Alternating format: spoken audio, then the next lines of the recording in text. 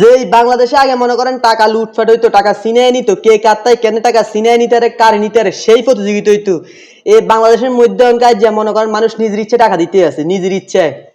এই যে বাংলাদেশের মধ্যে এরকম একটা সিচুয়েশন, একটা খারাপ অবস্থা, বন্যা দেশ বাসি যেতে আছে, এই সময় দেখছেন নি, মানে আগে মানুষ হচ্ছে ত্রাণ নেনার সিরিয়াল ধরে খাই দিত, মানে ত্রাণ নেনার কত কষ্ট করতো, আর এখন মানুষ ত্রাণ দেওয়ার লাই, টাকা দেওয়ার লাই মানুষ সিরিয়ালে খাই রয়েছে, তারপরেও সিরিয়াল পায় না, সিরিয়ালে দাঁড়ায় দাঁড়ায় দাঁড়ায় দাঁড়ায় টাকা দিতে। আমরা এমন বাংলাদেশের স্বপ্নই তো দেখতেছিলাম, আমরা চাইছিলাম এরকম একটা বাংলাদেশ হোক, আমরা এটাই তো চাইছিলাম।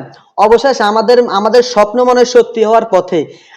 এতদিন আমাদের যে মাথা, বাংলাদেশের যে মাথা আসলে মাথাটার মধ্যে সমস্যা ছিল, যার কারণে বাংলাদেশের অবস্থা এরকম ছিল, এরকম খারাপ অবস্থা ছিল, দুর্নীতি, মানে দুর্নীতি, তারপরে যত খারাপ, যত অবিচারিত বাংলাদেশ। কিন্তু এখন এই মাথাটা আমরা সরালাইছি, মাথা আমরা কাটি হেলাই দিছি, নতুন করে এখন বাংলাদেশ গড়বো আমরা, বাংলাদেশ পরিবর্তন নতুন করি।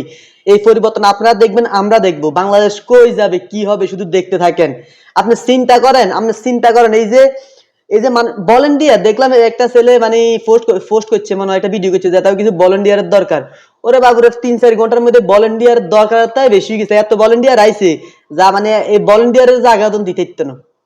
বাংলাদেশ এখন এরকম হয়ে গেছে, এরকম পরিবর্তন, মানুষ এখন স্বেচ্ছায় স্বইচ্ছায় মানুষের পাশে দাঁড়াইতে আছে, যে যেতটুকু পারে, যেতটুকু মানে যার দ্বারা সম্ভব, মানুষ এখন নিজেরে উজাড় করে দিতে আছে। ছোট বাচ্চা ফলাবেন, ছোট ছোট ফলাবেন, এগুলা কি বুঝে, এগুলো দেখছি নিজের জমানো টাকা, নিজের ক্ষুদ্র যে টাকা, এগুলো দেয় এই বন্যার মধ্যে যে মানুষগুলো ক্ষতিগ্রস্ত হয়েছে তাগো মধ্যে বিলিয়ে দিতে আছে।